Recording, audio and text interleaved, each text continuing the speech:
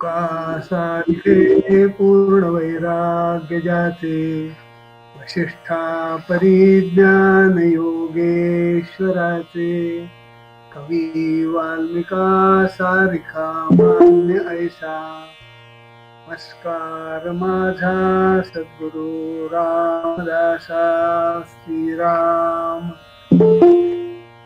उपासनेला चालवावे देव संताशी सदा नमावे कर्मयोगे वय घालवावे सर्वामुखी मंगल बोलवावे श्रीराम सदा सर्वदा योग तुझा घडावा तुझे कारणी देह माझा पडावा उपेक्षू नको गुणवंता अनंता रघुनायका मागणे हेच आता श्रीराम जय जय रघुवीर समर्थ. तर कालच्या आपल्या चर्चेमध्ये संपूर्ण प्रास्ताविक नारद भक्ती सूत्राचं मी केलं. त्याच्यामध्ये काय आहे, काय लिहिलेलं आहे, विषय कोणते आहेत आणि निरनिराळ्या विषयांचे नारद महामुनीचं चरित्र काय होतं, भक्ती म्हणजे काय, हा संबंध आपण काल भाग बघितला. आणि आज आता एक सूत्र घेऊन आपण सुरुवात करणार. आज आपण एकंदर 3 सूत्रे घेणार आहोत, 1, 2, 3 आणि या 3 सूत्रावर आपण चर्चा करणार. तर सुरू करूया आपण आता. तर सूत्र पहिलं आहे की अथातो भक्तिम व्याख्यास्यामः. अथातो भक्तिम व्याख्यास्यामः म्हणजे काय आहे? अथातो म्हणून आता आम्ही भक्तीचे व्याख्यान करीत आहोत. आपण बोलताना म्हणतो ना, असं आहे म्हणून मी हे करतोय. कसं म्हणून आता आम्ही भक्तीचे व्याख्यान करीत आहोत, हे सुरुवातीच्या सूत्रामध्ये नारद म्हणतायत. याचा अर्थ असा की ही भक्तीचं व्याख्यान करण्यासाठी काहीतरी कारण असलं पाहिजे. म्हणून ह्याच्यामध्ये पहिल्यांदा म्हटले अथातो. अथ म्हणजे आता आणि अतः म्हणजे म्हणून, हे दोन्ही शब्द मिळून अथातो होत. आता हा अथातो शब्द जो आहे तो काय अर्थ सांगतो, त्याचा अर्थ काय असतो, कशाला लिहिलेला आहे तो, हे एक बघूया आपण. कोणत्याही ग्रंथाच्या आरंभी तो ग्रंथ निर्विघ्नपणे पूर्ण व्हावा म्हणून आपण मंगलाचरण करण्याचे एक शिष्ट प्रथा आहे. आणि त्यानुसार कुठल्याही ग्रंथाच्या आरंभी हे हा प्रघात आहे की मंगलाचरण करायचं. तर अथ हा शब्द जो आहे ना, तो मंगलाचरणासाठी वापरलेला आहे. आणि त्यानुसार सूत्राच्या आरंभी अथ शब्दाचा उपयोग त्यांनी केलेला आहे. आता ह्या अथ शब्दाला मंगलवाचक आहे असं म्हणतात. डिक्शनरीमध्ये जर बघितलं तुम्ही अथ शब्दाला काहीच अर्थ नाही, पण हा मंगलवाचक शब्द आहे. त्याच्यासाठी एक सूत्र आहे शास्त्रामध्ये.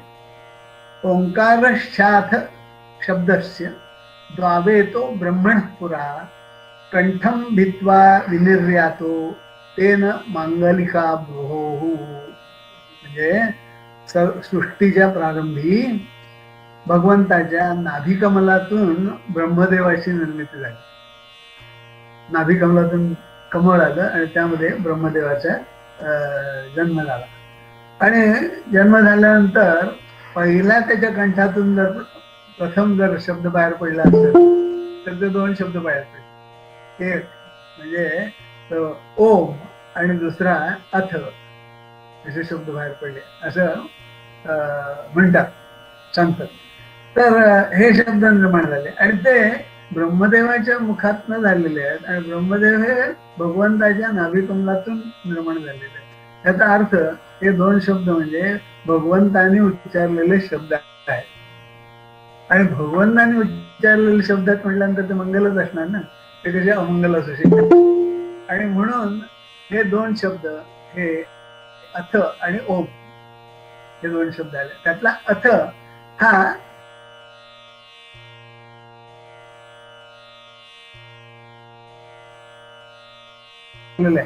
आपल्याला लक्षात येतं की अथा तो ब्रह्म जिज्ञासा. ब्रह्मसूत्रांचा जो ग्रंथ आहे त्याची सुरुवात सुद्धा अथा तो ब्रह्म जिज्ञासा असा. धर्म जिज्ञासा म्हणून ग्रंथ आहे त्याची सुद्धा सुरुवात अथा तो धर्म जिज्ञासा. नंतर अथा तो धर्म व्याख्यास्यामः, धर्माची व्याख्या करतो, तिथे सुद्धा अथ शब्द वापरलाय. अथ योगानुशास्त्रम आणि आपला पतंजली योगशास्त्र बघितलं तर तिथे सुद्धा सुरुवात अथाने केलेली आहे. सूत्रातलं दुसरं पद आहे अतहा.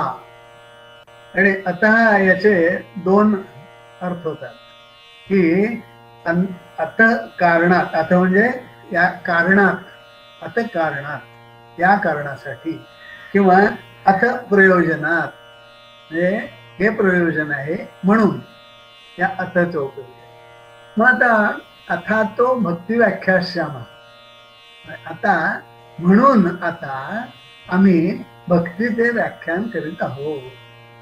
मग म्हणून आता म्हणजे बघा का बरं, कारण काय झालं तुमचं व्याख्यान, भक्तीचं व्याख्या करायसाठी व्याख्यानाचं कारण किंवा प्रयोजन काय हे का हे नारद मुनींनी सांगितलेलं आहे. ते म्हणतात की या कलियुगामध्ये सर्व प्राणी मात्र संसारात गुंतलेले आहेत. बघा आहेत की नाही, याचे आवत संपूर्ण संसारामध्ये, या विश्वामध्ये, विश्वव्यापी संसारामध्ये सगळेजण एकूण एक प्रत्येक जीव हा संसारात हा गुंतून राहिलेला आहे. गुंतलाय म्हणजे काय झालंय, त्यामध्ये अडकलेला आहे, बंधनात अडकलेला आहे. नंतर दोन ते म्हणतात की प्रत्येकाची सांसारिक भोग भोगण्यात आसक्ती आहे. प्रत्येक जीव हा भोग भोगण्यात आसक्त झालेला आहे, भोग भोगतोय. मग आता ते सुखोपभोग असतील किंवा दुःखोपभोग असतील, ते भोगण्याचं काम चालू आहे बघा. इथं जन्माला आल्यापासून आपण जर काही करत असतो तर भोगच भोगतोय. आणि सुखोपभोग भोगतो काही काळ, लगेच दुःखोपभोग येतात आणि ते भोगायचं लागतात. आणि असं करता करता करता कित्येक जन्म आपण घालवतो. म्हणून ते म्हणतात की हे भोग भोगण्यात आसक्त झालेले आहे. कोणी म्हणले ते धनासक्त झाले, कोणी ऐश्वर्यासक्त झालेले आहेत.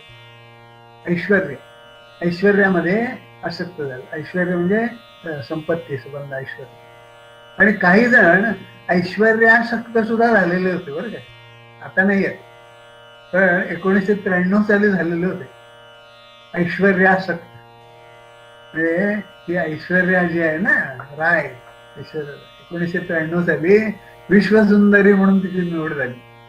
आणि त्यानंतर 1 वर्ष 2 वर्ष 3 वर्ष सगळेजण बघा विश्वसुंदरीला पाहायचंय आम्हाला, त्याच्यामध्ये आसक्त झालेलं पाहायचंय. काही काही जण ती आम्हाला प्राप्त होणे व्हावी म्हणून प्रयत्न केलाय म्हणतात. असं इतके आसक्ती आहे ऐश्वर्या आसक्त. कोणी पत्नी मुलगा, तर कोणी जाती धर्म समाज. काही जण बघा समाज कार्यामध्ये आसक्त झालेले असतात. आसक्त आम्हाला समाज कार्य करत आणि ते समाज कार्य करत असतात. काही जण राष्ट्राच्या कार्यामध्ये आसक्त झालेले असतात आणि अशी ते आसक्त होऊन कार्य करत असतात. आता हे आसक्त होणं म्हणजे जुळणं आहे की नाही. आणि आसक्त होणं म्हणजे जुळणं जर असेल तर त्याला आसक्त होण्याला सुद्धा भक्ती म्हणायला पाहिजे आपल्याला, भक्ती. पण ही भक्ती कशाची आहे बघा, ही सगळ्या या विश्वातल्या जड गोष्टींशी आहे. म्हणून आता ही आहे. आणि ही अशी आसक्ती ठेवलेली असताना हा अथ शब्द काय सूचित करतोय, तो सूचित करतोय की अशी आसक्ती ऐहिक पारमार्थिक किंवा ब्रह्मलोकापर्यंत सुद्धा भोग प्राप्त करून ते भोगायची जर आसक्ती असेल, आणि जर भगवत प्रेम नसेल, भगवंताच्या ठाई प्रेम जर नसेल, तर मनुष्याला वास्तव आणि अखंड सुख अजिबात मिळत नाही. नारद सांगतो. अखंड आणि वास्तव खरं सुख मिळतच नाही. आणि हा आपला सुद्धा अनुभव आहे की नाही.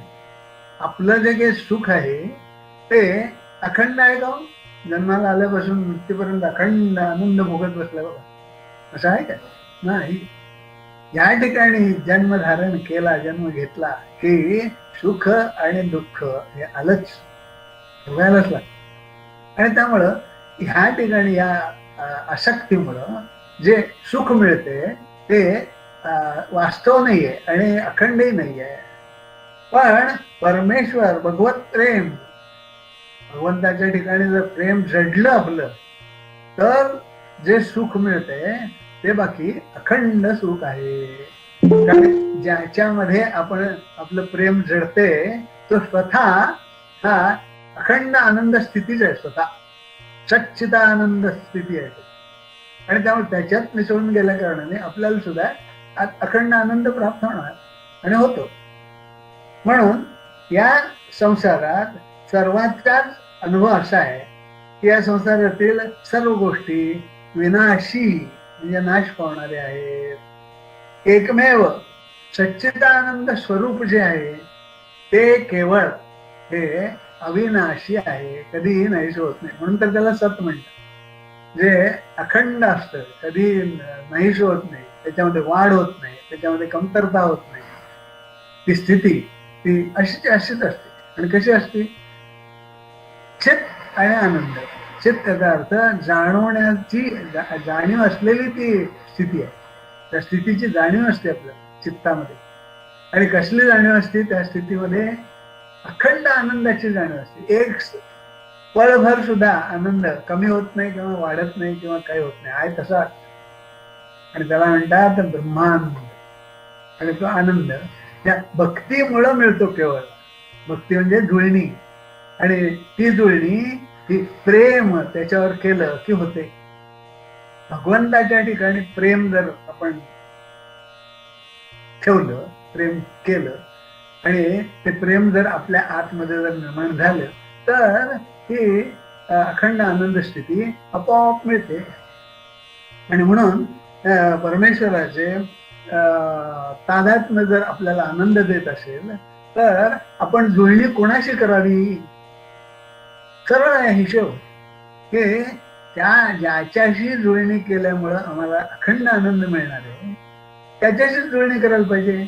मग ज्याच्याशी जुळणी केल्यामुळं हा तुटका, नाशणारा, कमी होणारा असा जर आनंद असेल, नाहीसा होणारा, तर कशा करता पाहिजे तो? जरूरच नाही. आणि कुणाशी जुळणी करायची? या संसारातल्या गोष्टींशी करायची का या परमात्म्याशी करायची? हे ठरवायचा अधिकार परमेश्वराने आपल्याला दिलाय की. आणि हे अधिकार देऊन टाकलेलं आहे, हे स्वातंत्र्य आपल्याला देऊन टाकलेलं आहे. ह्याला म्हणतात की freedom to choose. Freedom to choose, निवड करणं आपल्या हातात आहे. त्याला म्हणतात विवेक. मग आता हा विवेक करायचं जर आपल्याला सामर्थ्य दिलेलं आहे तर मग सामर्थ्य कुठलं करायला पाहिजे? सरळ आहे की निवड स्वातंत्र्य जर दिले तर निवड आम्ही या परमेश्वराशी तादात्म्य पावण्याचंच केलं पाहिजे. आणि खरं म्हणजे परमेश्वराशी तादात्म्य पावणं हेच आपल्या या जन्माचं हे उद्दिष्ट आहे. आणि हे उद्दिष्ट आम्ही विसरलोय. आणि विसरून आम्ही काय करायला लागलोय की या गोष्टीमध्ये आनंद आहे का, त्या गोष्टीमध्ये आनंद आहे का, ह्याच्यामध्ये आनंद आहे का, त्याच्यामध्ये आनंद आहे का, आनंद शोधतोय, समाधान शोधतोय, तृप्ती शोधतोय, पण ती मिळत नाहीये. आणि ती मिळत नाहीये, आम्ही प्रयत्न करून मिळत नाहीये म्हटल्यानंतर जर विवेक जर जागा झाला असेल तर तो ताबडतोब आपल्याला मग कुठं मिळेल हा प्रश्न विचारला.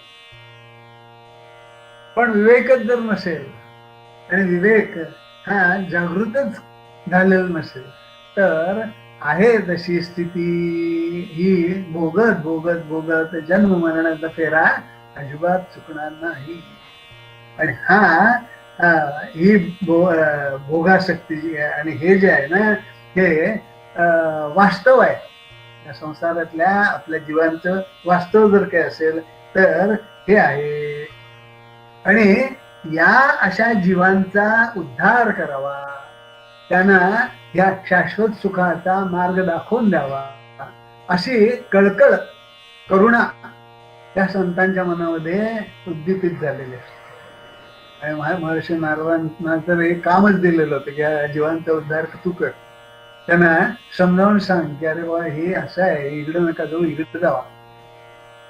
पण ते ऐकतंय कोण? म्हणून नारद मुनींनी त्या सगळ्या संतांनी इतके जन्मोजन्मी अनुभूती घेऊन स्वतः अभ्यास करून आपल्याला कितीतरी मार्गदर्शन केलेलं आहे. पण मार्गदर्शन जरी केलं तरी ते मार्गदर्शन हे आत पोचलं पाहिजे, कळलं पाहिजे. आणि कळल्यानंतर वळलं पाहिजे. कळलं पण वळलं नाही तर त्या कळण्याचाही काय उपयोग नाही. आणि तशी अवस्था ही झालेली दिसली नारदांना. म्हणून ते म्हणतात की आम्ही आता हे व्याख्यान करीत आहोत. मग आम्ही म्हणतात म्हणजे ते गर्विष्ठ आहेत की काय? स्वतःला आम्ही म्हणून घेतात? तसं नाही आहे. आम्ही या शब्दामध्ये अर्थ असा गुंतलेला आहे की आम्ही म्हणजे फक्त नारदच नाहीत. ते म्हणतात की मी फक्त सांगतो असं नाही.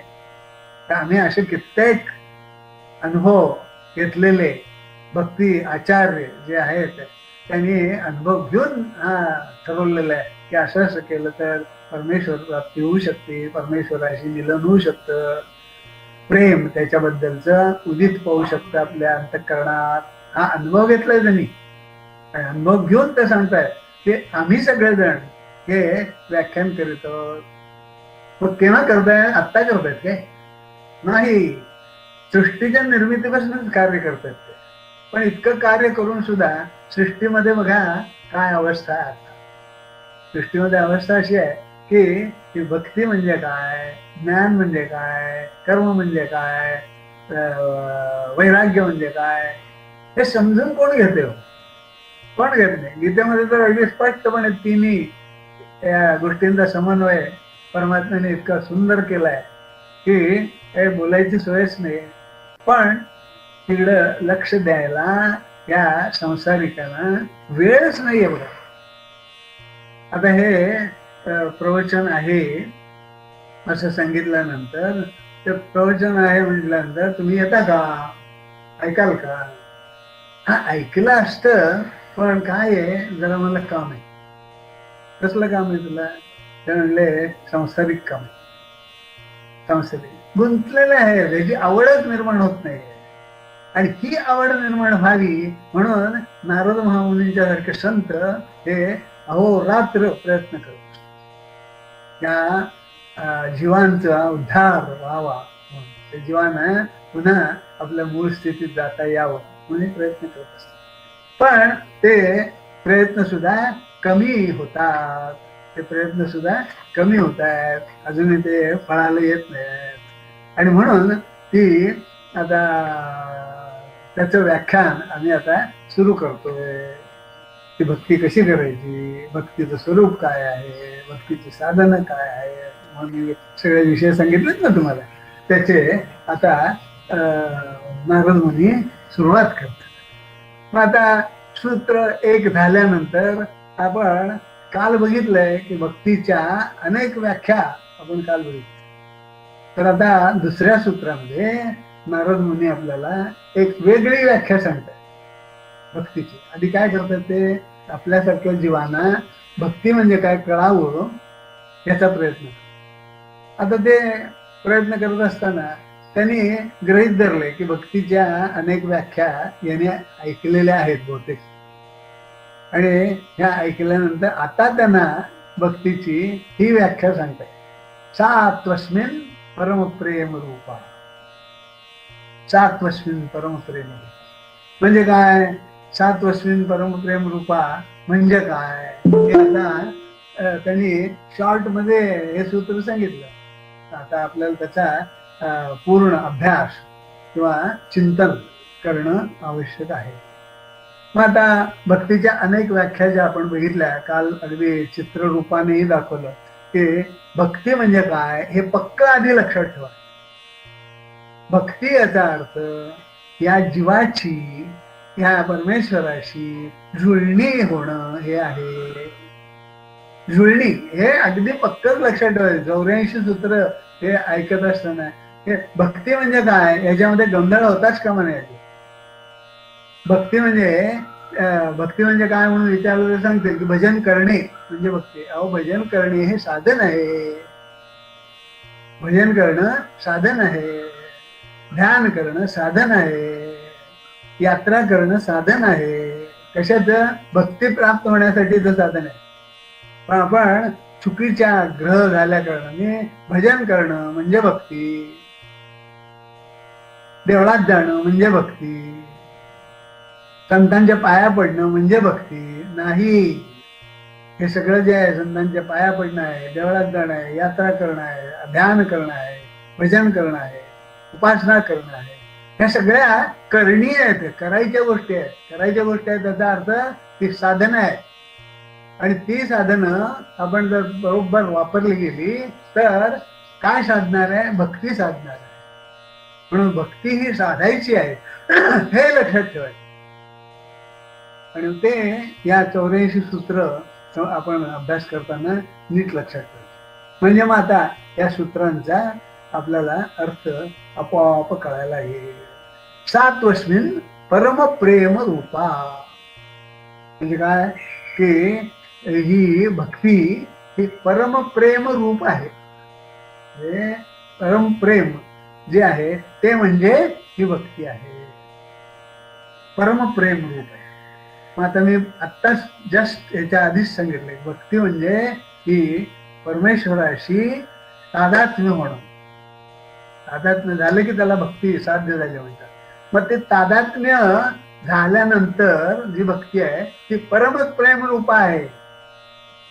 याचा अर्थ काय आहे की त्या जुळणी होण्याच्या वेळी एवढं प्रेम आपल्यामध्ये निर्माण होतं वास्तविकता की ते प्रेम आपली सामान्य प्रेमांच्या पेक्षा अतिशय वेगळं स्वरूपाचं प्रेम हे एक. आणि याच्या उलट जर आपल्यामध्ये परमेश्वराविषयी हे परम प्रेम जर निर्माण करता आलं आपल्याला तर त्याचा अर्थच आहे की भक्ती साधना आहे. परमप्रेम निर्माण व्हायला पाहिजे. आणि परमप्रेम हे निर्माण करता जर आलं तर ते निर्माण झालं की भक्ती साधल्याचाच त्याचा अर्थ आहे. हा या सात्वस्मिन परमप्रेम रूपाचा अर्थ आहे. पण आता नुसतं एवढं सांगून आपण नाही थांबणार आहोत. आपण बघूया की हे परमप्रेम निर्माण व्हायचं जर असेल तर आधी आपल्याला प्रेम म्हणजे काय हे कळलं पाहिजे. प्रेम म्हणजे काय हो? प्रेम आम्हाला प्रेमाची बरीच माहिती आहे बरं काय. असं नाही आहे की एकटा होता तर म्हणला माझं तिच्यावर प्रेम आहे. बघा, माझं तिच्यावर प्रेम आहे. मग त्याला त्या ऐकणाऱ्याने विचारलं म्हणजे काय आहे? प्रेम आहे म्हणजे काय आहे? मग त्याने सांगायला सुरुवात केली माझं प्रेम आहे म्हणजे मला ती आवडती. आवडते म्हणजे काय ते विचारल्यानंतर तो सांगायला लागला आवडते म्हणजे मला तिच्याशिवाय चैन पडत नाही. हो का? मग चैन पडत नाही म्हणजे काय होतं? चैन पडत नाही म्हणजे अस्वस्थता येते. म्हणजे काय होतं? म्हणजे मला तिला केव्हा भेटेन असं होतं, ती मला केव्हा दिसेल असं होतं, ती माझ्याशी केव्हा बोलेल असं होतं. तगमग होती. मग जा, भेट द्या. पण कसं जायचं हे तुम्हाला शब्दात नाही का? कारण म्हणले मला माहित नाही की मी असं जर गेलो तर ती काय करेल. अरे काय करेल म्हणजे काय? तुझं प्रेम आहे ना, जाऊन सांग माझं प्रेम आहे तुझ्यावर, बघ मग काय होतं ते. आणि मग म्हणले हे प्रेम आहे तुझं तिच्यावर म्हणजे प्रेम तू करतोयस का नाही हे थोड्या तासातच समजेल. कसं कसं समजेल म्हणला. मग जर तू गेलास तिच्याकडं आणि तिनं जर तुला तोंडावर जर चप्पल मारली तर समज की तुझं प्रेम उपयोगाचं नाही. माझं प्रेम आहे म्हणून चालणार नाही, असं आहे का? मग केव्हा मग प्रेम आहे म्हणता येईल? जर तू तिला जाऊन बोललास आणि तिनंही जर तुला प्रतिसाद दिला.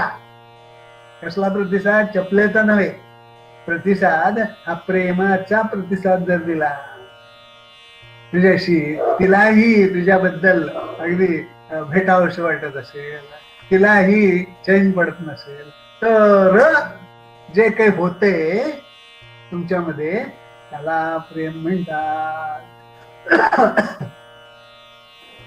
हा, मग प्रेमाला रंग नसतो, प्रेमाला वर्णन करून सांगता येत नाही, पण प्रेम दिसत बरं काय. प्रेम दिसत, प्रेम ऐकू येत, प्रेम अनुभवता येत, चाखता येत. प्रेमीच्या अस्तित्वाने अनुभूती आपोआप जागृत होत असते. प्रेमीच्या प्रेम, एक प्रेमी आहे, दुसरा प्रेमी आहे, दोघ जण एकमेकावर प्रेम करतात, त्यांच्या अस्तित्वानच हे कसं काय निर्माण होतं? हे आतमध्ये जे काही होतं, मी सांगितलं की प्रेम आमचं दोघांचं एकमेकावर आहे म्हणजे काय, आतमध्ये काहीतरी होतं आणि ते सांगता येत नाही. मग ते कसं निर्माण होतं? तर दुसरं दिवस काय नाही, काही वेळा अस्तित्वानं निर्माण होतं बघा. वा, दोघे एकमेकासमोर आले आणि झालं. एक दिवशी मी तेलकोमध्ये सर्व्हिसला असताना एक मुलगा 3रं वर्ष होऊन तो याला लागला होता, कामाला लागला होता. एक दिवशी आला माझ्या ऑफिसमध्ये आला आणि मला म्हणला, सर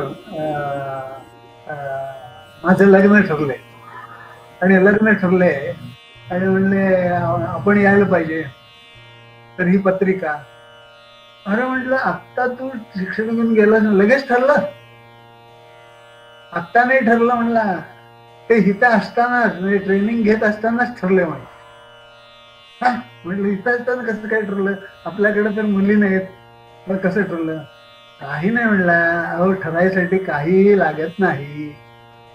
म्हटलं मी त्याला आपले सहज म्हणून विचारलं, तर कसं ठरलं रे, काय कसं काय काय असतं ते तरी सांग मला. मग तो म्हणला, सर एकदा मी पेन घ्यायला दुकानात गेलो होतो, बॉल पेन दुकानात विकत घ्यायला गेलो. मग तिथं ती आलेली होती आणि ती पेन घ्यायला आलेली होती. म्हटलं तुमची ओळख होती का आधी? नाही म्हणलं, अजिबात नव्हती आधी. ही पेन घ्यायला त्या दिवशी आली, मी गेलो आणि पेन घेतला. आम्ही बघितलं सुद्धा नव्हतं म्हणले आधी, पेन घ्यायच्या आधी. ती एका ठिकाणी वळत, ती एका ठिकाणी वळत. आणि काय झालं म्हणले बघा, प्रक्रिया कशी होती. प्रेम जागृत होतं काय, काही त्याला कारण घडू शकतं. मग प्रक्रिया अशी झाली म्हणले की दुकानदार प्रेम ते बॉक्सेस दाखवत होता आणि एक बॉक्स दाखवला, त्यातलं एक पेन मला पसंत पडलं म्हणून मी ते असं उचलायला गेलो. त्याच वेळी तिलाही ते पेन पसंत पडलं होतं आणि ती तसलंच पेन उचलायला गेली आणि दोघांनी एकाच प्रकारचं पेन उचललेलं बरोबर आम्ही एकमेकांच्याकडे पाहिलं आणि सगळं झालं म्हणला. बस, याला म्हणतात प्रेम होणं. आणि ते कसं होतंय? केवळ अस्तित्वाची अनुभूती आपोआप जागृत होते. प्रेम ही एक भावना आहे, हा एक भाव आहे आणि प्रेम हा भाव हा निर्माण होतो आणि तो आपोआप होतो आणि आपोआप होतो आणि तो झाल्यानंतर त्याची अनुभूती आपल्याला यायला लागली की मग आपल्याला वाटतं की प्रेम म्हणजे काय. मी सांगितलं प्रेम दिसतं म्हणून. या चित्रात तुम्हाला प्रेम दिसतंय का? जे लोक बघत असतील आता सगळ्यांना दिसतंय का? दिसतंय, दिसतंय. मग आता ह्याच्यामध्ये तुम्हाला काय दिसतंय? मायलेकींचं प्रेम. हा, प्रेम दिसतंय ना. हा, कुणाला तर विचारलंय काय आहे, त्याने मायलेकींचं प्रेम आहे. त्या मुलीच्या चेहऱ्यावर इतका आनंद आहे आणि त्या आईच्याही चेहऱ्यावर आनंद आहे की गळा मिठी झालेली आहे आणि हा आनंद आहे, ह्याला म्हणतात प्रेम. म्हणून प्रेम दिसत असत. लक्षात घ्या. आता बघा काय आहे.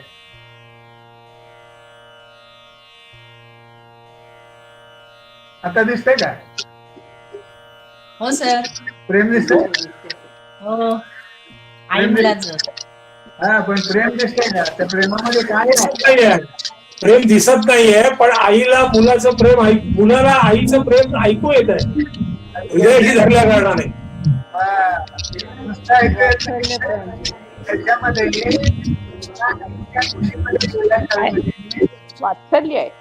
हा, आता मी ऑडिओ बंद करा. आता त्या आईच्या कुशीमध्ये गेल्या कारणाने आईच्या हृदयाची स्पंदनं त्याला जाणवत आहेत.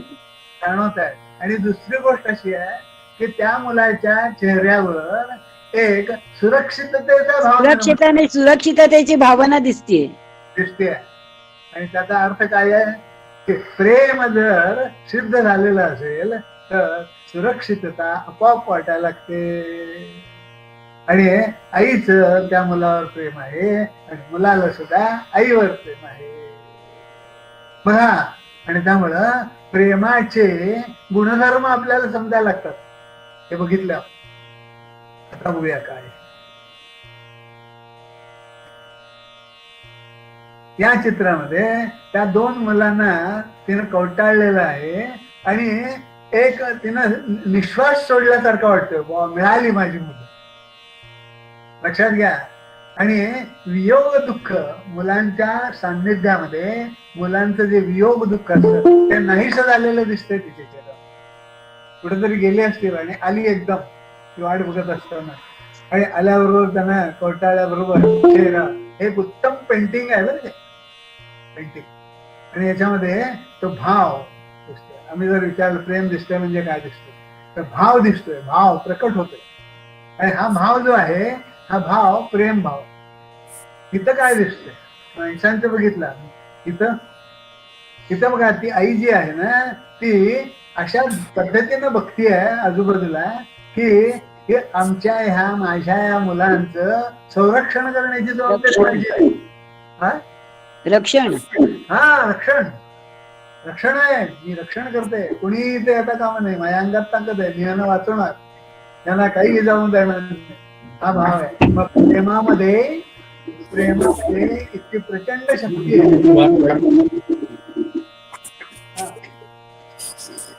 प्रेमामध्ये इतकी प्रचंड शक्ती. ऑडिओ बंद करा.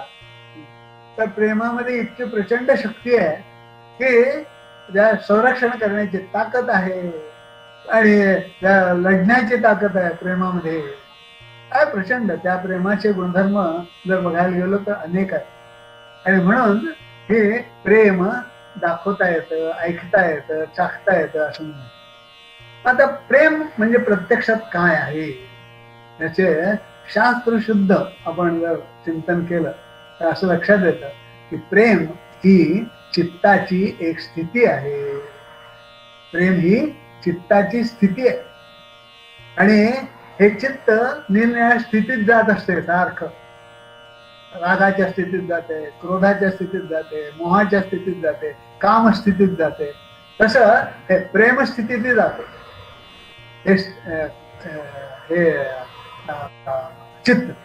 आणि ही स्थिती कायम, ही चित्ताची प्रेमाची स्थिती जी आहे ना, प्रेमाची ही स्थिती कायम आपल्या मूळ स्थानकाकडे आकर्षित होते.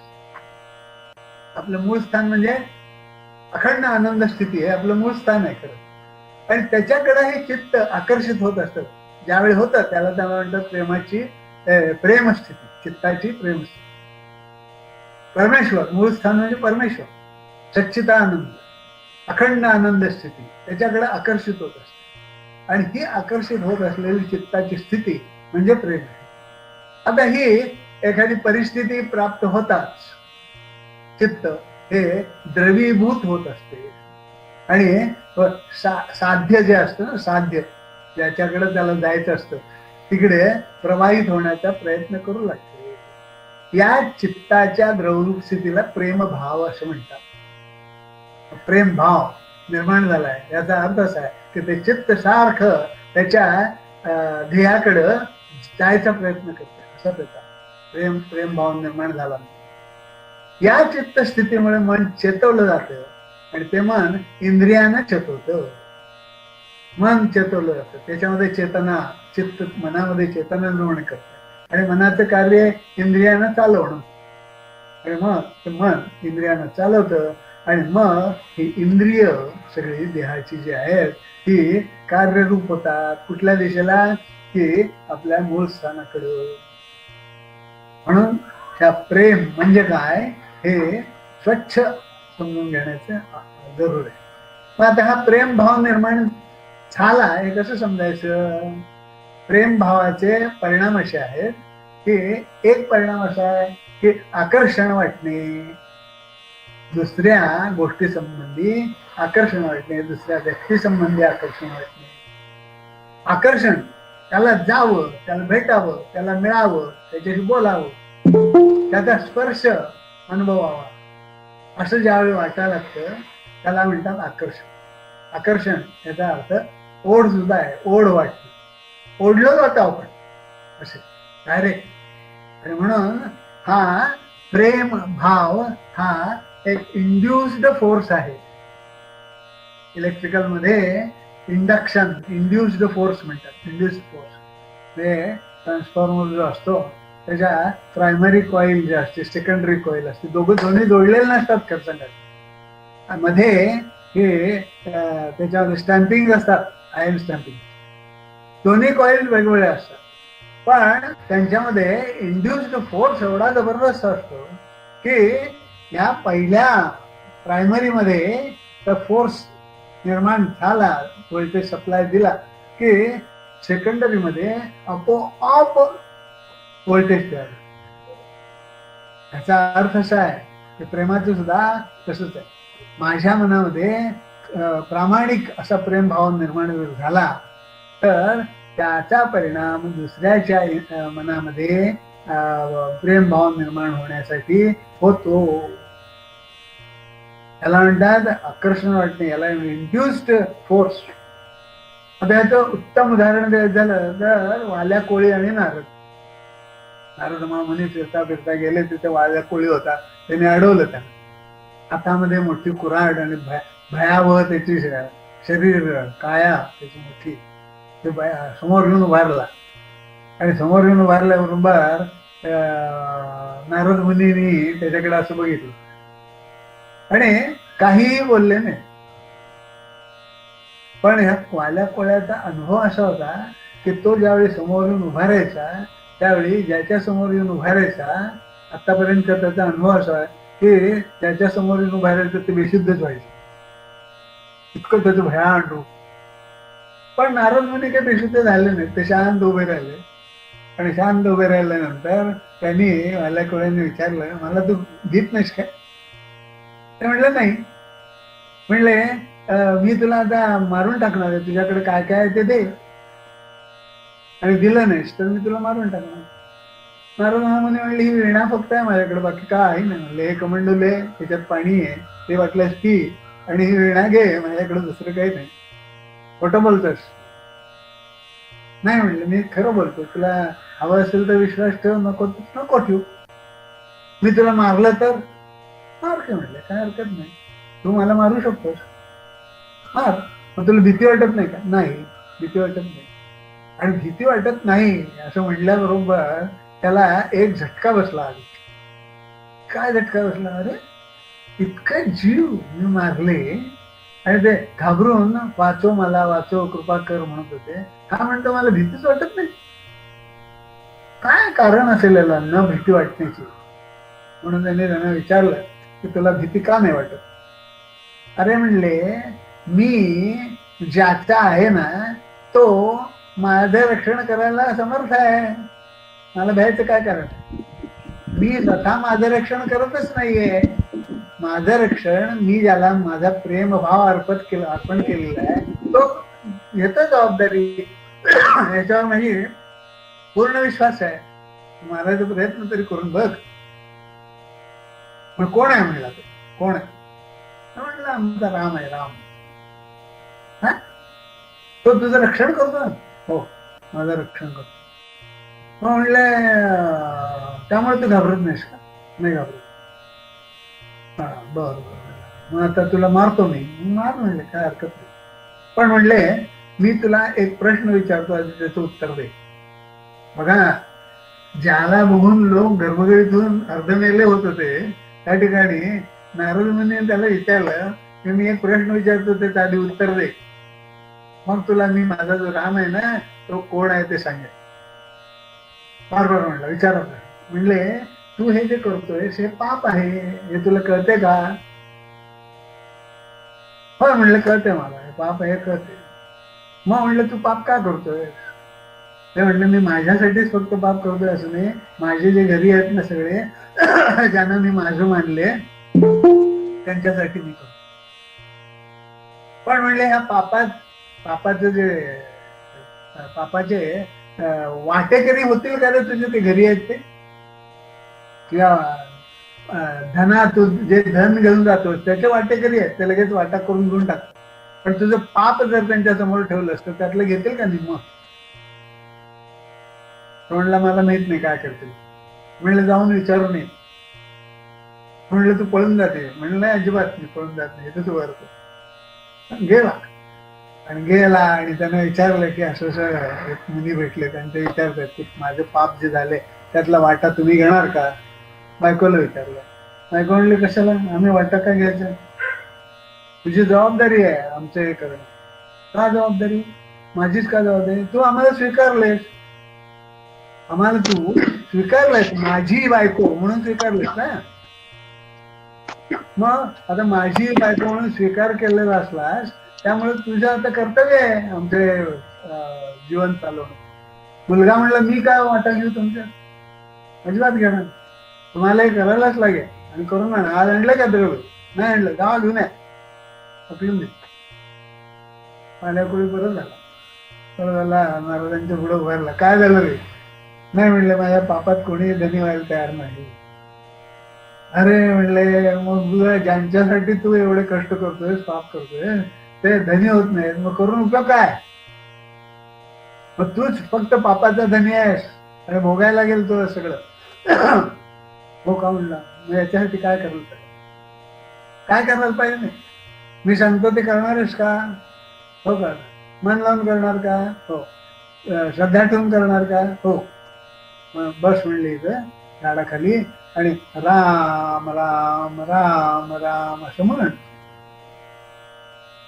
तो म्हणला महाराज माझी एक अडचण आहे. काय? मला राम हे तुम्ही जे सांगताय ना ते म्हणता येत नाही. मग मला उलट म्हणता येईल म्हणला कदाचित, राम राम राम, पण जन्मभर तेच केले त्यामुळे मला ते म्हणता येतं मग राम राम राम. मग म्हणलं चालेल ते म्हण, मग राम राम म्हणून बस. मी येस तो उठायचं नाही. गेले आणि आले, परत आले तर वारुळात बसला होता बघा. वारुळ साठलेली आणि त्या वारुळामध्ये राम राम राम राम चाललं होतं. काय झालं? केवळ प्रेम आत होत आणि ते प्रेम जे आत नारदांच्या मनामध्ये जे असं उफाळत होतं परमेश्वराविषयी, त्या प्रेमाचा प्रभाव त्या वाल्या कोळ्याच्या अंतःकरणामध्ये प्रेम निर्माण होण्यासाठी झाला. त्याला म्हणतात इंडक्शन. आणि हे संतांच्या संगतीमध्ये होत असते. आणि हे जर झालं तर आपल्यामध्ये सुद्धा अंतःकरणामध्ये प्रेमभाव हा निर्माण होऊ शकतो.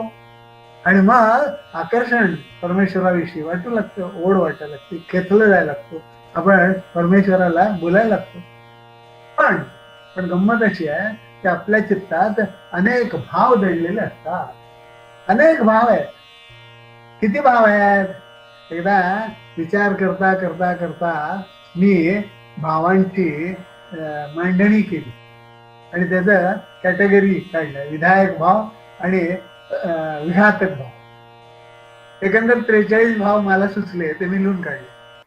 आता बघा, संवेदनशीलता हा भाव आहे, मनमिळाऊपणा भाव आहे, दिलदारपणा भाव आहे, दिलदार वृत्ती निर्माण झाली म्हणतो, सहिष्णुत्व भाव आहे, आनंदी भाव आहे, सौम्य भाव आहे, सरळ भाव आहे, विनोदी भाव आहे, मनमिळाव भाव, वात्सल्य भाव आहे, निर्भीडता आहे, उंदा भाव आहे.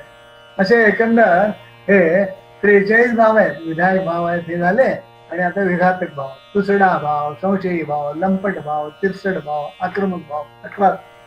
हे सगळे भाव आत निर्माण होत असतात. म्हणजे हे भाव याचा अर्थ मी सांगितलं की जोर, चित्तामध्ये हे जोर निर्माण होत असतात, आणि हे जोर हे चित्ताला मनाकडं मनाला पाठवायसाठी हे जोर मनाकडे जातात, आणि मग मन ते इंद्रियांच्याकडे जातात, आणि आम्ही सगळ्या ह्या असल्या भावांच्या मुळं ह्या विषयांच्या मध्ये गुंतून पडतो. मग आता हे सगळे भाव निर्माण जे होतात ते कशामुळे होतात, तर ते केवळ आणि केवळ आपले भाव जे निर्माण होतात ते आपलं चित्त हे अनंत वासनांनी आच्छादलं गेलेलं असल्यामुळं होतं. नाहीतर एकमेव भाव आहे आपला चित्ताचा खरा. आता मी पुढे सांगणार आहे तुम्हाला. तो एकमेव भाव म्हणजे हा केवळ आणि केवळ प्रेम भाव. आणि हा प्रेम भाव बाकी हा निर्माण झालेला नसतो, तो निसर्गतःच असतो जीवामध्ये.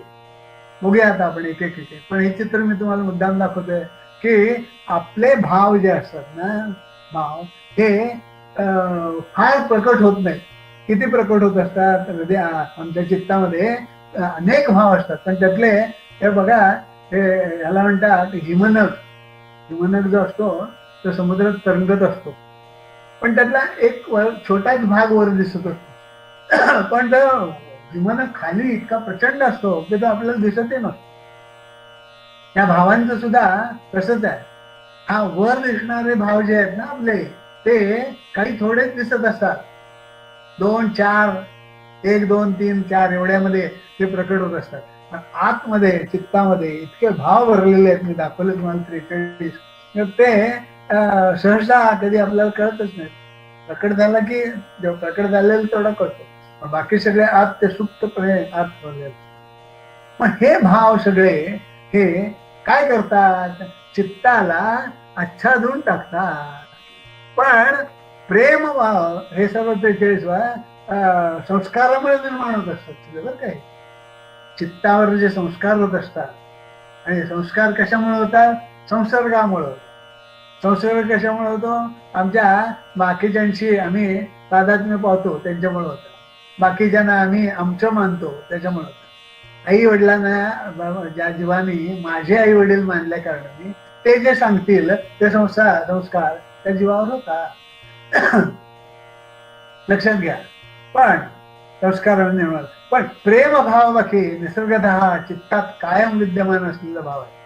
तो निसर्गतः असतोच, आणि तो असतो ह्याच्यासाठी सर्व ज्ञानेश्वर माऊलींनी एक सुंदर ओवीत लिहिले.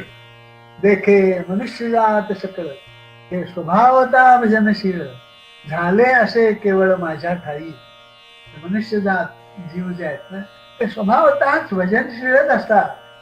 त्यांचा प्रेम भाव असतोच त्यांच्यामध्ये, फक्त तो निद्रिस्त आहे, झाकला गेलेला आहे, आणि वासनांच्या मुळे झाकला गेलेला आहे, आणि कामनांच्या मुळे झाकला गेलेला आहे. फक्त आता काय करायचंय आम्हाला, हे झाकण, हे आवरण हे तोडून टाकायचं आहे.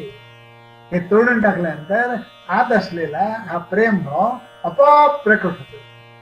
आणि तो प्रकट होणं, आणि प्रकट होऊन काय करतो, तर ह्याचे मूळ अशी लक्षणच त्याच आहे. त्या प्रेम भाव हा परमेश्वराकडेच जायचा प्रयत्न करत असतो. प्रेम भाव असलेलं चित्त त्याचं स्वरूपच ते आहे, त्याचा गुणधर्मच तो आहे की परमेश्वराकडेच जाणार हा प्रेम भाव. पण तो प्रेम भाव हा आवरणाखाली असल्या कारणाने, आवरण जे असेल ना, तो विषय जो असेल ना, त्या विषयाकडे तो धावतो. कारण त्याला तिकडे जायची प्रवाही वृत्ती आहेच आहे. तो त्या विषयांच्याकडे प्रवाहित होतो. प्रवाहित झाला की त्या विषयांच्या ताब्यात सापडला की त्याला आनंद व्हायच्या ऐवजी सुखदुःख भोगायचे अडकून पडायला लागतो. म्हणून सर्व भावांच्या पेक्षा प्रेम भाव वेगळा आहे, कारण प्रेम भाव हा जीवाचा मूळ गुणधर्म आहे ज्ञानेश्वर माऊलीमध्ये. आणि या गुणधर्मामुळे जीव सतत आपल्या मूळ स्थितीकडे जाणार होतो. पण जीवाला ती स्थिती सापडत नाही आणि तो भरकटत जातो, कारण तो अनंत वासनांनी झाकला गेलेला असतो आणि त्यामुळे त्याला मूळ स्थान सापडत नाही आणि हे संसारामध्ये हा जीव तडफडत राहतो.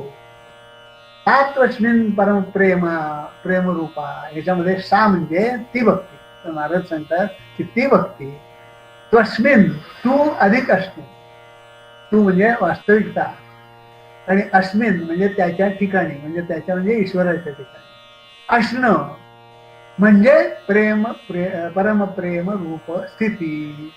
ही भक्ती भगवंताच्या ठिकाणी परमप्रेम असणं हेच त्या भक्तीचं स्वरूप आहे. परमप्रेम म्हणजे परमप्रेम असणे हेच तिचे स्वरूप. भगवंताच्या ठिकाणी परमप्रेम, विषयांच्या ठिकाणी नाही. आणि भगवंताच्या ठिकाणी परमप्रेम निर्माण झालं की विषयांच्या ठिकाणची आसक्ती शून्य होऊन जाते. हे चित्र मी जर दाखवले बघा, ती कशी आहे गोपी, की नारद रूपच होऊन गेली ती. तिच्या हातामध्ये वीणा आहे, हातामध्ये टाळ आहे आणि ती परमेश्वराशी एकतांता साधल्यामुळं, नारदांच्या माध्यमातून साधले, त्यावेळी ती त्याचंच रूप घेऊन टाकली. ज्याच्याशी ती तादात्म्य पावती ती त्याच्याशीच रूप घेऊन टाकते. त्या भक्तीशी तादात्म्य पावल्याबरोबर ती भक्तीच झाली. जसं हा परीस जो असतो, तो परीस लोखंडाचं सोनं करतो. सोनं जाऊन त्याला चिकटलं की लोखंड जाऊन परिसाला चिकटली, सोनं होतं ते. लोखंड जाऊन परिसाला चिकटली की परीस होत नाही, लक्षात घ्या. पण परमात्म्याचं तसं नाही आहे. परमात्म्याला तुम्ही जाऊन मिळालं की परमात्माच होतो आणि ह्याचं मार्गदर्शन करणारा तो सद्गुरू असतो. म्हणून परमात्मा काय करतो, संत काय करतात, आपण सारिखे करीती तात्काळ या काळ वेळ न लगे. म्हणजे परमप्रेम म्हणजे काय, त्याचे आपण स्वरूप. परम म्हणजे सच्चिदानंद म्हणजे परमात्मा भगवंत, आणि त्याच्यावरील प्रेम म्हणजे परमप्रेम. आता सामान्य प्रेम आणि परमप्रेम यातले फरक थोडासा बघूया. हे विषयावरील प्रेम, सामान्य प्रेम हे विषयावरील प्रेम असते. हे प्रेम कायम टिकणारे नसते. या प्रेमाचे अस्तित्व संसारातील अनेक घटकावर अवलंबून असते. अनेक ते घटक बदलले की हे प्रेम बदलते, त्यामुळे ते पराधीन आहे. या प्रेमाने, सामान्य प्रेमाने निर्माण होणारा आनंद, समाधान हे टिकणारं नसतं. या प्रेमातील समाधान प्रेमिकांच्या अवस्थेवर अवलंबून असतं. हे प्रेम प्रेमिकामध्ये असमाधान निर्माण करतं आणि हे प्रेम संघर्षाला कारणीभूत होऊ शकतं. हे प्रेम स्थल, काल आणि वस्तू सापेक्ष आहे. बघा, संघर्ष निर्माण होऊ शकतो या प्रेमामुळे. अनेकांच्या संघर्ष निर्माण. प्रेमिका जी आहे ती एकच जर असेल आणि प्रेम करणारे 4 असतील तर काय होईल, डोकीच फुटते. आणि सिनेमामध्ये तेच दाखवतात. पण सिनेमामध्ये तो नट, नायक जो असतो तो जिंकतो असं दाखवतात, ते बरे आहे. नाहीतर तोच मेला असं दाखवतो, असं नाही दाखवत. पण ह्या साध्या प्रेमामध्ये संघर्ष आणि कितीतरी अवलंबित्व, असमाधान हे आहे. परमप्रेम हे प्रेम सच्चिदानंद परमात्म्यावरील प्रेम आहे. हे प्रेम अविनाशी आहे. या प्रेमाचं अस्तित्व कशावरही अवलंबून नाही. या प्रेमाने निर्माण होणारा आनंद हा अखंड आहे. हे प्रेम असमाधान कायमचं नाहीसं करतं. या प्रेमामुळे कोणताही संघर्ष निर्माण होत नाही. का नाही? कारण या प्रेमातील एक प्रेमी हा अनंत सर्वशक्तिमान असा आहे आणि तो नियंता आहे, सगळ्यांचं नियंत्रण करणार आहे. त्यामुळे तो एकाच वेळी अनेकांच्या प्रेमाशक्तींची पूर्तता करू शकतो. गेल्या आठवड्यामध्ये जयंतरावनी हे गोपिकांच्या भक्तीचं वर्णन खूप अनंत 7 दिवस ते करत होते आणि त्याच्यामध्ये रासक्रीडा त्यांनी सांगितली. पहिल्या 2 दिवसामध्ये त्याचा विषय होता एकाच वेळी परमात्मा अनेक गोपींच्या बरोबर तो त्यांच्याशी लीला करत होता आणि त्या गोपी पूर्णतः सगळ्या त्या परमात्म्याशी तादात्म्य पावत होत्या. पण प्रत्येकीला वाटत होते की हा परमात्मा फक्त माझ्याशी तादात्म्य पावतो. तसं नाही आहे, तो अनंत आहे, सर्वशक्तिमान आहे, नियंता आहे. आणि त्यामुळं तो एकाच वेळी, पण आपल्या सामान्य प्रेमवीरांच्या मध्ये काय असतं की एक प्रेमी आणि दुसऱ्या प्रेमीवर प्रेम करणारा असतो, पण हा नियंत्रण असतो का? त्याचं नियंत्रण असू शकत नाही. आणि त्यामुळं संघर्षाची इथं अजिबात शक्यता सुद्धा नसते परमप्रेमा. मग अमृत आता परमप्रेम स्वरूप आल्यानंतर ते तिसरं सूत्र नारद सांगतात की अमृत स्वरूपाचं ती भक्ती कशी आहे? ती भक्ती परमप्रेम स्वरूप आहे आणि अमृत स्वरूप आहे. आणि अमृतचा अर्थ मृत्यूराहित्य असा आपण करतो. अमृत प्राशन केलं की अमर होता येतं असं समजतं, पण हे खरं नाही. हे दासबोधातल्या पुढल्या ओळीत स्पष्ट होतं. अमृत सेवताची पावला मृत्यू राहू जो होता ना, हा दानव, देव आणि दानवांच्या मध्ये त्यावेळी समुद्र मंथन झाल्यानंतर अमृत कलश आला बाहेर. त्यावेळी मारामारी झाली, आम्हाला पाहिजे आम्हाला पाहिजे म्हणून. त्यावेळी राक्षसाने तो हिसकावून घेतला. मग देवानी परमात्म्याकडे प्रार्थना केली, काय ते पितील आणि अमर होतील आणि आमच्या युद्धात पराभव होईल. मग मोहिनी रूप घेऊन ते आले आणि मोहिनी रूप घेऊन आल्यानंतर त्याच्यावर समझोता केला. इकडे काय म्हणले, तो अमृत कलश मी सगळ्यांना व्यवस्थित वाटा करून देते. आणि तिचं सौंदर्य, तिचं बोलणं, याच्यावर ते सगळे फसले बघा. फसल्याबरोबर तिच्या हातात दिला कलश. ती म्हणली इकडं राक्षस बसा आणि इकडं देव बसा, सगळं ओळीनं मी सगळ्यांना वाढते. आणि असं झाल्यानंतर ह्या दानवांच्या मधला राहू जो होता दैत्य, त्याच्या लक्षात आलं काय, ती म्हणली हे काहीतरी गडबड आहे आणि ही राक्षसांना अमृत देणार नाही, सगळं तिकडंच संपवून टाकत. म्हणून हळू उठला आणि देवांच्या रांगेत जाऊन बसला, शेवटचा इथे जाऊन बसला आणि देवांचं रूप घेऊन तिथं जाऊन बसला. पण हा कितीही रूप जरी घेतलं तरी हा पूर्ण नियंता असल्या कारणाने परमात्मा त्या लक्षात आलंच हे बसलाय.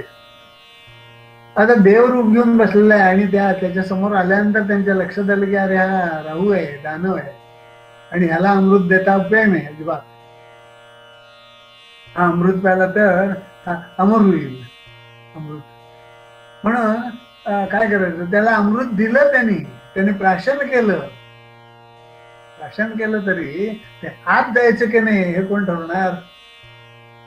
मस्त प्याल, पण घशाच्या खाली उतरायचं की नाही हे तो ठरवत असतो. लक्षात घ्या, कित्येक जण चहा पिता पिता हार्ट अटॅकने गेलेले आहेत माहिती. अरे पिता एक घोट घेतला तर पण आत घोट गेलाच नाही, तो बाहेरच आला. आत जाय कोणाच्या इच्छेवर चालते सगळं.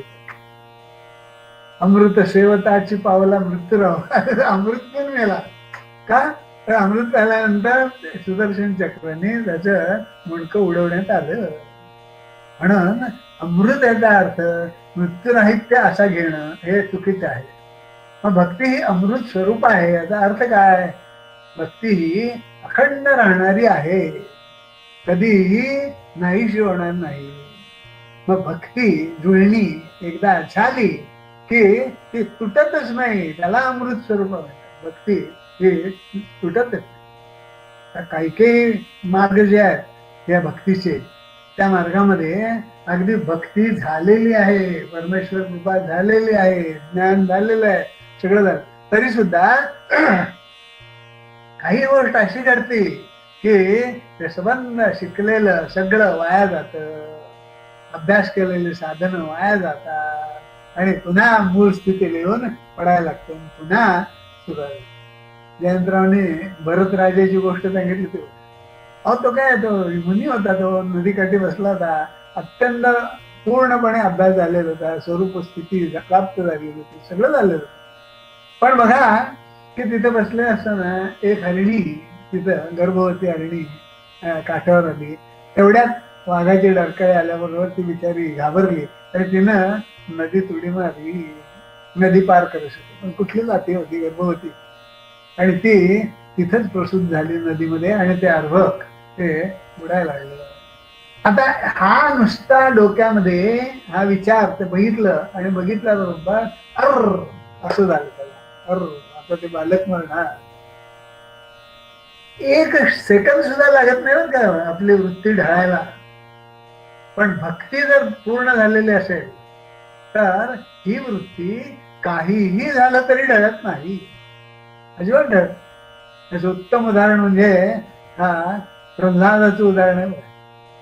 तो तिथं साधना करत बसला तर अखंड नामस्मरण करत होता आणि त्या पाराखाली, आणि स्वतः प्रत्यक्ष भगवंत येऊन समोर उभे राहिले. समोर उभे राहिले तरी यांना डोळे उघडले नाही अजिबात. भगवंतानी त्यांचा जो शंख होता तो त्याच्या गावाला लावला. गावाला लावल्याबरोबर त्यांनी डोळे उघडले आणि बघितलं समोर भगवंत, तरी सुद्धा त्यांनी काहीही त्याच्यावर प्रतिक्रिया दिली नाही. तशा दुंडा महाराज देगलूरकरांनी फार चांगला अर्थ सांगितला. ते म्हणतात की आज त्याला जाणवत होतं की मी ह्या विषयांच्याकडे ओढला जातोय, पण तो निरोध करत होता. निरोध आणि निरोध, तिकडे जायचं नाही मला, इकडंच जायचं, इकडंच जायचं. आणि त्याला इतके अनुभव आलेले होते असले की त्याला ओढून दुसरीकडे नेण्याचे, की त्यांनी त्याच्यावर विजय मिळवला होता. आणि ह्याला आत्ता सुद्धा तेच वाटत होतं, या मला जे दृश्य दिसतंय ते खरं नाही, ते मला तिकडे ओढेल आणि डोळे उघडले की दुसरंच दिसेल, असं त्याला वाटत होतं. तेव्हा डोळेच उघडले. पण शंख ज्यावेळी लावला घालायला प्रत्यक्ष स्वतः भगवंताने, त्यावेळी बाकी त्या डोळे उघडले आणि प्रत्यक्ष आत जे होतं तेच बाहेर दिसले. आत जे होतं तेच बाहेर. तो हा विठ्ठल बरोबर, तो हा माधव बरोबर, ज्ञानेश्वर मध्ये पंढरपुरामध्ये हे म्हटलेलं, तो अरे तोच आहे, हा माझ्या आज जो आहे तोच आहे, असं ज्यावेळी व्हायला लागेल त्यावेळी त्या स्थितीला अमृत स्वरूप स्थिती असं म्हणतात. आणि अमृत स्वरूप स्थिती, आणि त्या स्थितीमध्ये भगवंतापासून अलग होण्याचं पूर्णतः थांबतंय, म्हणून त्याला अमृत स्वरूप पूर्णतः थांबतंय, अमृत स्वरूप. आणि पूर्णतः भगवंताच्या पासून हे सान्निध्य तुटत नाही, याचा अर्थ असा आहे अखंड आनंद स्थिती ही प्राप्त होते. आणि त्यामुळं ही अमृत स्वरूप म्हणजे आहे. या ठिकाणी आज आपण थांबणार आहोत. मी पहिल्यांदाच सांगितलंय की मी 3 प्रश्न देणार आहे. आता ते 3 प्रश्न तुम्ही लिहून घ्या, माझे लिहिलेले आहेत, आता मी दाखवते. 1. नामस्मरणाने भक्ती साधते, ती कशी? तुम्हाला जे वाटेल ते तुम्ही 4, 5, 6 ओळीत लिहा आणि त्या ओळी लिहून व्हॉट्सअपवर मला पाठवून द्या. दुसरा प्रश्न आहे, अमृत या शब्दाचा पर्यायी शब्द कोणता? अमृत शब्दाचा पर्यायी शब्द कोणता? आणि 3. नित्य आणि अनित्य यांचा अर्थ सांगा. 3 प्रश्न दिलेले आहेत मी आज. तर 3 सूत्र आहेत आणि 3 प्रश्न. तर हे आठवडाभर आता चिंतन करा आणि हे प्रश्न सोडवायचा प्रयत्न करा. आणि वाटलं तुम्हाला की विचारावं, सरांशी संधान साधावं, तेव्हाही साधा, फोनवर साधा, व्हॉट्सअपवर साधा, किंवा कसंही तुम्हाला जसं जमेल तसं मला संधान साधा. तर आता या ठिकाणी आपण थांबतोय आणि आता कल्याणकरी रामराया ही प्रार्थना होईल आणि मग आपण थांबणार आहोत. जय जय रघुवीर समर्थ, कल्याण करी राम राया, राम राया कल्याण करी राम राया.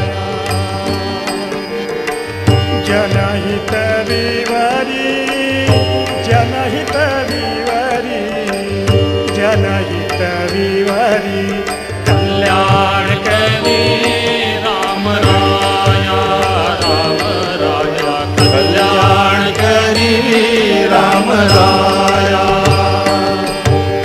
तळमळ तळमळ होतती आहे, होतती आहे. तळमळ तळमळ होतती आहे, होतती आहे. हे जन हाती धरी दयाळा,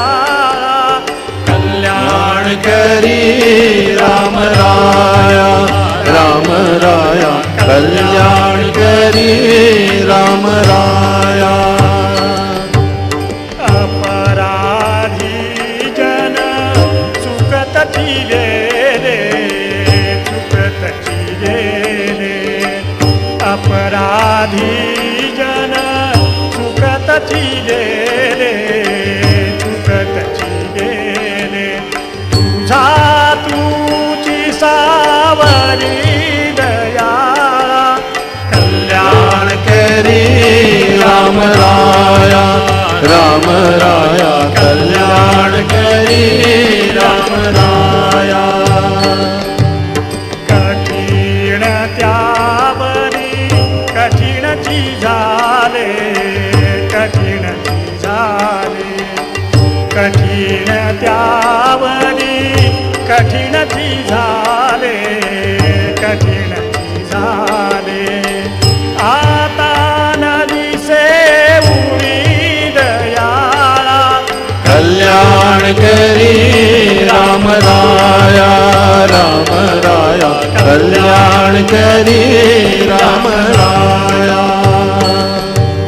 कोठे जावे काय करावे काय करावे कोठे जावे काय करावे काय करावे आरंभिली मोहरी दयाळा कल्याण करी राम राया राम राया कल्याण करी राम राया दास म्हणे आम्ही केले पावलो दास म्हणे आम्ही केले पावलो दयेसी नाही सरी दयाळा कल्याण करी राम राया राम राया कल्याण करी राम राया जनहित विवरी जनहित विवरी जनहित विवरी कल्याण करी